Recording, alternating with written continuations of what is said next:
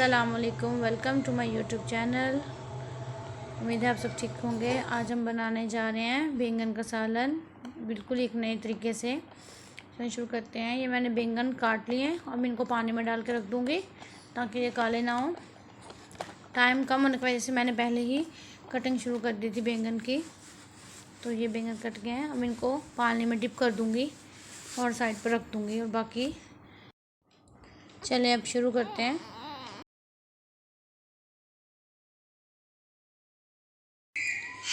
ये बैंगन मैंने काट लिए हैं और अब मैं इसमें कुछ डालूँगी ड्राई मसाले, जो कि ये है 1/2 table spoon chaat masala, 1 table spoon गरम मसाला पाउडर, 1/2 टेबल स्पून गरम मसाला पाउडर, हल्दी पाउडर, 1 टेबल स्पून लाल मिर्च पाउडर, 1/2 टेबल स्पून नमक,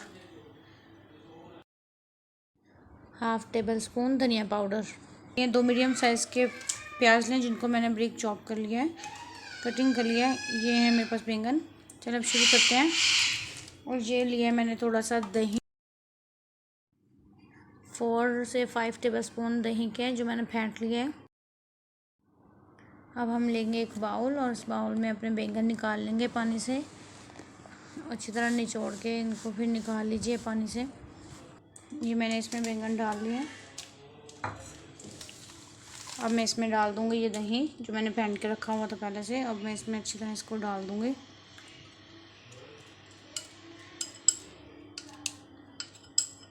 ये मैंने इसमें डाल दिया है और अब मैं इसमें डाल दूँगी ये सारे मसाले।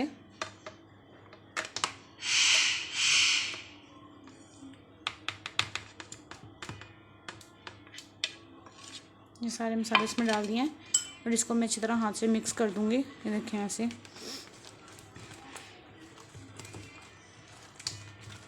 ये बिल्कुल अच्छी तरह मिक्स करके इसको थोड़ी देर के लिए मैं ऐसे ही रख दूँगी।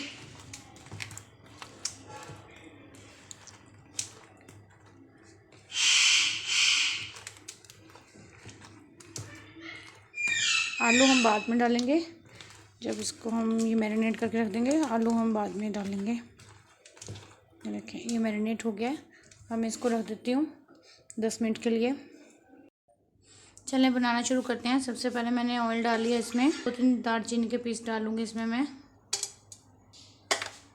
और इसको मैं ऐसे हल्का सा सौते करूँगी।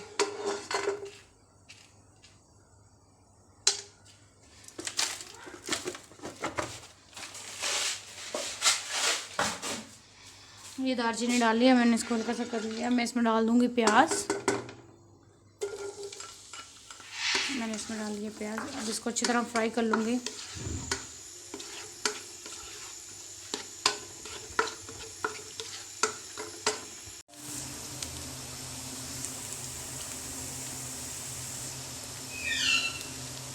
प्याज मेरे सौते हो गए हैं, इनको मैंने हल्का सा फ्राई कर लिया है। अब मैं इसमें डाल दूँगी ये टमाटर और हरी मिर्चें। 1 अदद टमाटर है और 2 हरी मिर्चें हैं, इनको मैंने कटिंग करके अब इसमें डाल दिए। अब इनको अच्छी तरह मिक्स कर लें। मैंने इसमें लहसुन अदरक नहीं डाला है, तो इसके अलावा ही मैं बनाऊँगी।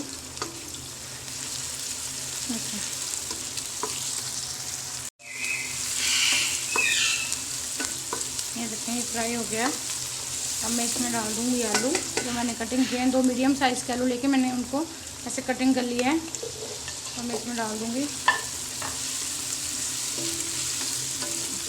इनको भी मैं हल्का सा फ्राई करूँगी।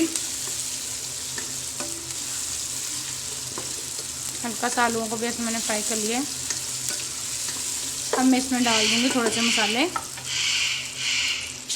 टेबल स्पून लाल मिर्च का पाउडर उसमें डाला था और मैरिनेट करते हुए, और 1/2 टेबल स्पून मैं इसमें डाल रही हूँ इसको फ्राई करते हुए।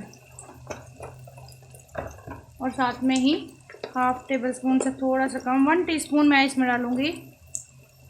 ये 1 टीस्पून मैं इसमें डाल दूँगी नमक। और साथ में मैं इसमें डाल दूँगी थोड़ा सा ज़ीरा जो मैंने हाथ पे लेके इसको रगड़ के वो डाल दिया।